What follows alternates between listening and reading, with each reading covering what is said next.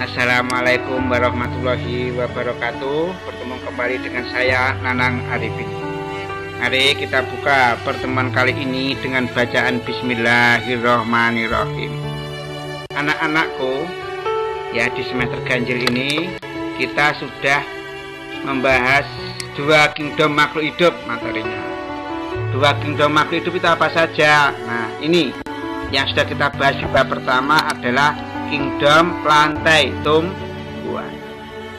Selanjutnya pada bab kedua yang akan kita bahas kingdom animalia, hewan. Nah, hewan. Ini contoh-contoh hewan, contoh-contoh anggota dari kingdom animalia. Nah, ada pertanyaan. Apa perbedaan tumbuhan dan hewan itu? Maaf, ini ada kekeliruan.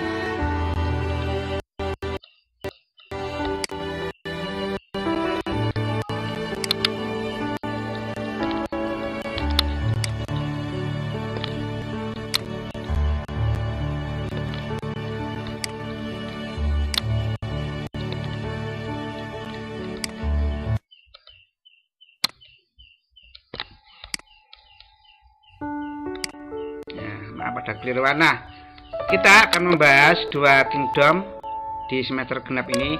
Yang pertama tumbuhan dan hewan. Nah, kita akan membedakan dari yang pertama bagaimana kedua kingdom ini membuat makanan, bagaimana dari kedua kingdom ini berpindah tempat.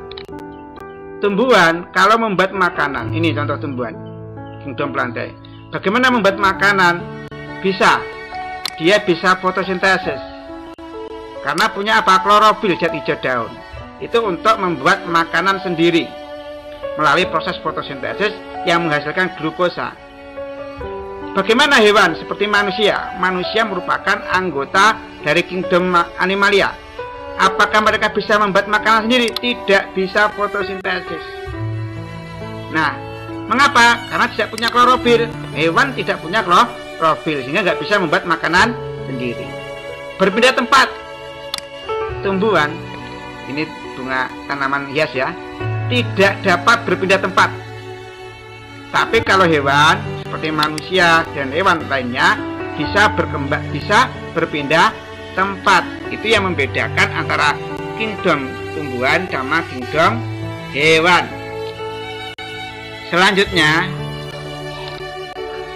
untuk paparan hari ini kita akan membahas kingdom animalia. Di dalam pembelajarannya ada dua tujuan. Tujuan yang pertama, siswa dapat menjelaskan bagaimana ciri-ciri dari kingdom animalia. Semua makhluk hidup ini masuk dalam kelompok kingdom animalia. Yang kedua, siswa dapat menjelaskan klasifikasi. Apa itu klasifikasi? Pengelompokan, pembagian dari kingdom animalia. Nah, akan Bapak lanjutkan kemudian.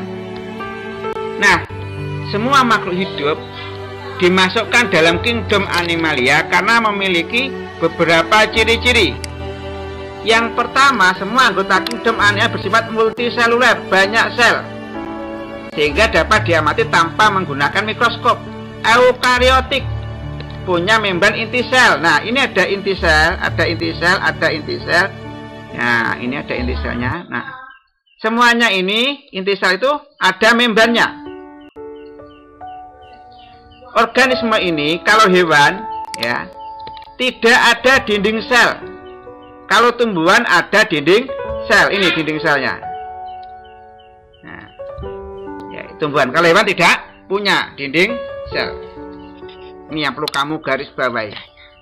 Yang kedua, bersifat heterotrof. Dia tidak bisa membuat makanan sendiri. Mengapa? Tidak punya klorofil, maka tidak bisa fotosintesis. Tidak ada hewan yang punya klorofil. Sehingga makanan didapat dari mana? Dari organisme lain atau produsen. Tumbuhan yang menyimpan makanan, cadangan makanan. Buah, contohnya mangga. Biji pada jagung atau pada tanaman padi. Karena tidak punya klorofil, tidak bisa fotosintesis, maka dia punya sistem pencernaan makanan. Itu ciri yang dua ciri kingdom Animalia. Selanjutnya, ciri yang ketiga ini.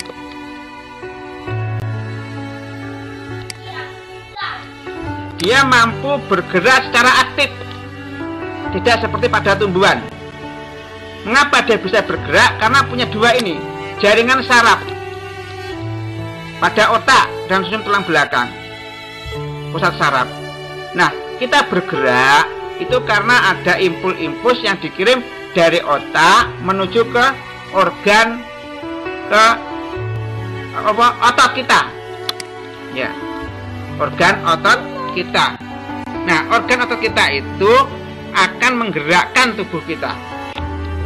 Apa tujuan Animalia bergerak? Ada dua, untuk berpindah dan untuk memperoleh makanan. Ciri yang ketiga itu ya. Selanjutnya ciri yang keempat dari kingdom Animalia atau hewan, yaitu sebagian besar hewan bereproduksi secara seksual, kawin. Kalau seksual, maka melalui proses bertemunya sperma dari jantan membuai ovum dari betina. Pertemuan sperma ovum itu bisa melalui fertilisasi eksternal, pembuahan di luar tubuh. Artinya apa? Nah, ini jantan mengeluarkan sperma, betina mengeluarkan sel telur, dibuai di luar tubuh. Nah, di sini ya, di sini itu jadi telur menjadi kecebong, katak muda menjadi katak dewasa. Maaf, kalau fertilisasi internal, maaf ini keliru ini. Ya, internal. Yang kedua adalah fertilisasi internal.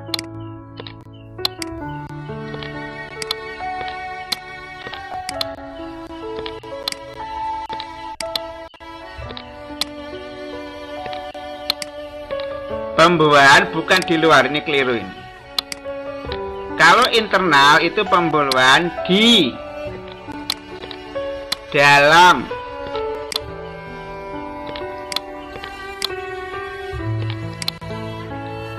Pembuahan di dalam tubuh, misalnya pada sapi jantan memasukkan sperma ke dalam sapi betina, di dalam itu ketemu ovum, maka hamil karena perbuahan sperma pada ovum menghasilkan zigot, menghasilkan embrio menjadi sapi kecil seperti itu. Jika pada manusia juga gitu. Pada manusia secara internal, yang jantan memasukkan sperma ke dalam tubuh perempuan, lalu tubuh perempuan terjadi pembuahan sperma ovum jadi zigot, jadi embrio sehingga hamil. Kalau eksternal tidak hamil, kalau internal hamil. Nah, selanjutnya klasifikasi kingdom Animalia berdasarkan tub simetrinya. Ada dua, simetri radial dan simetri bilateral. Apa itu simetri radial? Hanya punya bagian dua sisi, atas atau dorsal, ventral bawah. Dia tidak punya bagian depan dan belakang. Ini misalnya hidra di air tawar, hidra ya. Itu hanya punya bagian atas dan bawah saja. Dorsal itu atas, ada yang mengatakan dorsal itu punggung. Ventral itu perut, ada yang mengatakan ya, atau bawah. Hidra tidak punya bagian depan dan belakang. Tapi kalau simetri bilateral itu punya bagian atas, dorsal, ventral, bawah, punya bagian depan, belakang. Ada 4 sisi pada simetri bilateral. Contohnya ini pada udang. Itu punya bagian atas, dorsal itu atas.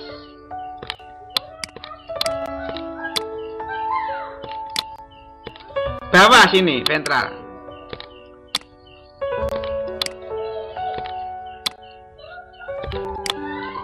Punya bagian anterior, anterior itu depan.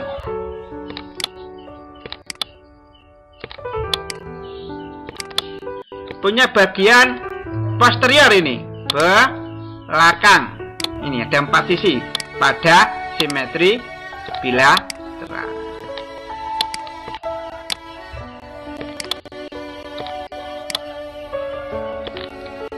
Itu. Nah, selanjutnya klasifikasi organisme ini berdasarkan lapisan penyusun tubuhnya. Diploblastik ada 2 lapisan, epidermis, ektodermis, endodermis lapisan dalam. Ini ektodermis. Ini endodermis. Ada 2 lapisan. Ini ada pada hidra, anggota dari filum Coelenterata. Lalu ini adalah triploblastik yang kedua. Ada 3 lapisan, ektodermis, mesodermis, dan 3 endodermis. Nah, ini lapisan yang paling luar, ini yang pertama, ektodermis ini.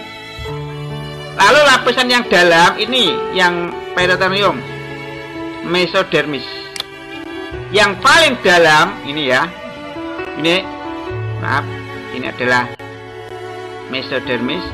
Ini yang paling dalam ini ya, biasanya pada ini ya, saluran pencernaan, itu adalah endodermis. Ada 3 lapisan tubuh. Nah, hewan triploblastik yang punya 3 lapisan itu terbagi menjadi 3. Berdasarkan apa rongga tubuhnya? Yang pertama acelomata, kedua pseudolomata, yang ketiga celomata. Kalau acelomata tubuhnya padat sehingga tidak ada ruang rongga tubuh ini. Ini pada contoh acelomata cacing pipih, Phascola hepatica, misalnya pada cacing yang ada pada hatinya kambing. Ini tidak ada rongganya, tidak ada ruang kosongnya karena padat. Pseudolomata ini cacing gilik, contohnya cacing kremi, cacing tambang itu ya, cacing kremi yang ada pada duburnya anak kecil itu ya. Nah, itu punya rongga tapi semu. Karena apa? Ini ada ektodermi ya, ada mesodermis, ada endodermis yang dalam. Pada mesodermis ini ya, nah, ini pada mesodermis ini itu ada rongga, tidak punya lapisan luar, lapisan dalam, sehingga tidak ada rongganya. Kalau ini adalah celomata, memiliki rongga tubuh yang sesungguhnya. Contohnya ini pada cacing tanah, ada ektodermis, ada endodermis dalam, ada mesodermis. Di mesodermis ini ada lapisan luar, lapisan dalam, sehingga ada rongga tubuhnya. Itu hewan triploblastik berdasarkan rongga tubuhnya. Nah, selanjutnya klasifikasi hewan berdasarkan tulang belakangnya. Itu ada avertebrata, tidak punya tulang belakang. Nah, contohnya cacing tanah. Ya, cacing tanah, ada serangga ini ya. Udang itu kan nggak punya tulang belakang. Bulu babi, landak laut, bekicot itu tidak punya tulang belakang, tidak ada tulangnya. Lain dengan vertebrata, itu punya tulang belakang. Itu apa saja? Pisces, ikan, amfibia, hewan yang hidup di 2 alam, contohnya katak, reptilia, ular, aves, burung. Mamalia, hewan yang menyusui anaknya, singa, itu punya, semua hewan ini punya tulang belakang, ada rangka tubuhnya. Nah, ini pembagian hewan. Berarti anggota kingdom Animalia itu terbagi menjadi 2. Vertebrata yang tidak punya belakang, vertebrata punya tulang belakang. Vertebrata dulu mungkin ilmuwan mengasukkan protozoa, hewan bersel 1 itu di dalam Animalia, sekarang sudah dipisahkan menjadi anggota Protista. Selanjutnya, vertebrata ada yang Metazoa, bersel banyak. Contohnya Porifera, hewan yang berpori. Coelenterata, hewan yang berongga. Platyhelminthes, cacing pipih. Nemahelminthes, cacing gilik, bulat dan seperti benang, bulat dan panjang. Annelida, cacing gelang. Molluska, hewan yang bertubuh lunak seperti bekicot. Antropoda, hewan yang berkakinya berluas-luas, contohnya kelabang. Lalu juga adalah serangga, belalang. Ada Echinodermata, film yang Echinodermata, hewan yang berkulit duri, contohnya bulu babi, landak laut. Lalu yang vertebrata, bertulang belakang, itu ada Pisces, ikan. Amphibia, hewan yang hidup di dua alam. Reptilia, hewan yang melata. Aves, burung. Mamalia, hewan yang menyusui anaknya. Ya, ini yang Bapak sampaikan. Mari kita tutup pertemuan kali ini dengan doa akhir majelis. Subhanakallahumma wa bihamdika asyhadu alla ilaha illa anta astaghfiruka wa atubu ilaik. Wallahu muwaffiq ila aqwamit thoriq. Wassalamualaikum warahmatullahi wabarakatuh.